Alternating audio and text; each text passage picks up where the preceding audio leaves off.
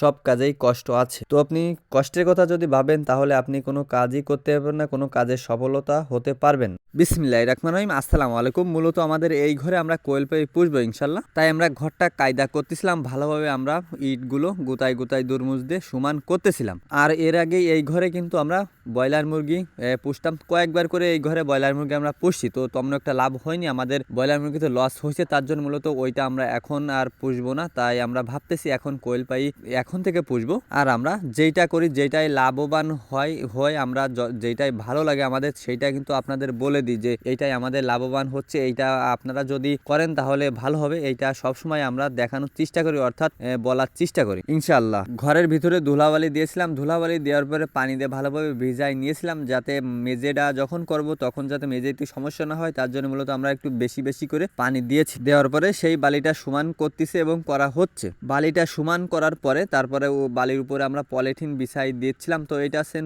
পুরোনি polythene, তো যতটুক polythene ততটুকুই ঘর, মানে একদমই হয়ে গেছিলো, একদমই পুরোটাই হয়ে গেছে। একটু কাটতে হয়েছিল না, একটু করতে হয়েছিল না, খুবই ভালো হয়েছে। আর আমরা পুরোটা দেয়ালের সঙ্গে মিশাই দিচ্ছিলাম, যেহেতু তলে আছেন ইন্দুরি গাড়ি, তো ইন্দুরি গাড়িতে ইন্দুরির জন্য কোনো সমস্যা না করতে পারে, তার জন্য মূলত আমরা ভালোভাবে সাবধানের সঙ্গে এই কাজগুলো করতেছিলাম। আর আমরা এর আগে কিন্তু কোনোদিনই কোয়েল পাখি আমরা পুষিনি, এই ফার্স্ট, এই প্রথম আমরা পুষতে যাচ্ছি। তো আপনাদেরকে একটু বলতে চাই, সেটা হচ্ছেন যে আপনারা যারা কোয়েল পাখি পোষেন কিংবা কোয়েল পাখির অভিজ্ঞতা আছে, তো আমাদেরকে একটু বলবেন কিভাবে কি করতে হয়, যেহেতু আমরা তো এর আগে পুষিনি, আমাদের সেরকম অভিজ্ঞতা নাই। তো বললে আমাদের খুবই উপকার হবে ইনশাল্লাহ। আমরা বালি সিমেন্ট কুয়া এই জায়গায় এক জায়গায় করে ফেলছি। তো এখন এই জায়গায় পানি দিচ্ছি, পানি যখন দিচ্ছিলাম তখন মোটর দিয়ে পানি দেওয়া হচ্ছে। তো মাঝখান থেকে পাইপ ছুটে গেছিলো, সেই মানে ফুটা হয়ে গেছে, সেইখান থেকে পানি বেরোচ্ছিলো খুবই পরিমাণে, সেইখানে আমরা বেঁধে দেওয়ার চেষ্টা করতেছিলাম। তো এখানে ফুটাটা বাঁধতে আমরা পুরোটা ভিজে গেছিলাম, তারপরে বাঁধার পরে আমরা বালি সিমেন্ট কুয়া এইগুলো মিশাইলে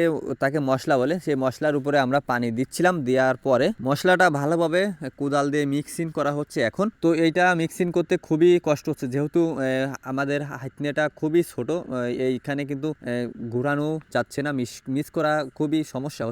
তো এটা দুইবার করে এরকম ভাবে মিক্স করা হয়েছিল, তো অনেকটাই কষ্ট হচ্ছিল। আর কষ্ট ছাড়া তো কোনো কাজই হবে না। আপনি যখন একটা কাজ করবেন তখন যদি আপনি কষ্টের কথা মনে করেন তাহলে কিন্তু সেই কাজ কোনো সময় আপনি করতে পারবেন না, সফল হতে পারবেন। মশলাগুলি মিশানোর পরে তারপরে ঘরের ভিতরে এরকম ভাবে মশলা এনে এনে ঢেলে দিচ্ছিলাম, আর সেই মিস্ত্রি ভাইয়া সমান করে দিচ্ছিল। আর এই সবটুকুই মশলা দেওয়ার পরও আর একটু জায়গা থাইকে গেছিল, তো এইখানে থাকার পরে আমরা আর একটু মশলা মিশাই এই জায়গাটুক পুরোটাই মেঝে করে দিয়েছিলাম, অর্থাৎ দেওয়া হয়ে গেছে আলহামদুলিল্লাহ। আর একটা কথা, মানে কোয়েল পাখি যে আমরা উঠাবো, সেই কোয়েল পাখিটা কিরকম হলে ভালো হয়, দেখা যাচ্ছে একদিনই বাচ্চা হলে ভালো হয় না, 25 দিনই বাচ্চা হলে ভালো হয়, কিরকম বাচ্চা হলে ভালো হয় আপনারা যারা জানেন তারা একটু বলবেন।